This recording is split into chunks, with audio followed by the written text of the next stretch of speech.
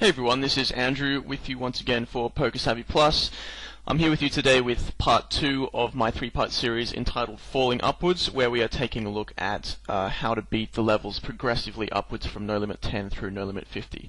If you missed part 1, which was last week, excuse me, definitely recommend that you check it out.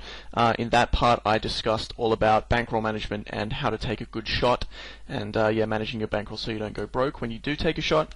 And then last week I went through a very basic summary of no limit 10 and how I think it's best to beat that limit.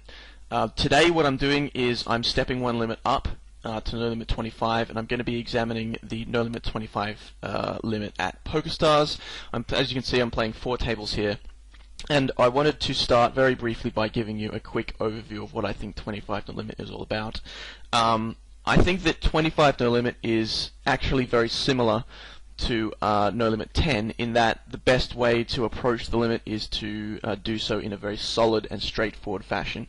You definitely don't want to be making any huge moves or bluffing, because the typical villain at no limit 25 makes the same mistakes as the no limit 10 villain does, in that they call too many hands and generally see showdown too much as opposed to folding too much. Of course, that's a general summary, and obviously it's going to depend on which villains you are playing against, but I think as a general summary we definitely want to be keeping it simple and not running any huge moves and just playing our hands for value.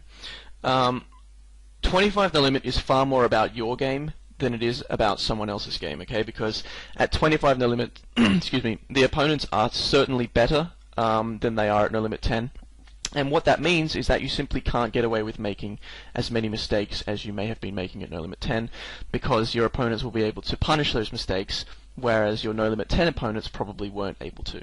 Okay, so what that means is that because our opponents are a little bit more perceptive of how we're playing, it means that they're also harder to exploit themselves.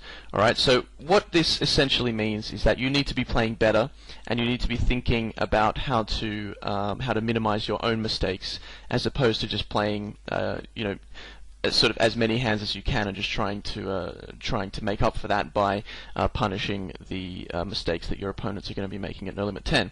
Whereas that will work at no limit 10, it won't work at no limit 25 as well, for the reasons I've just explained.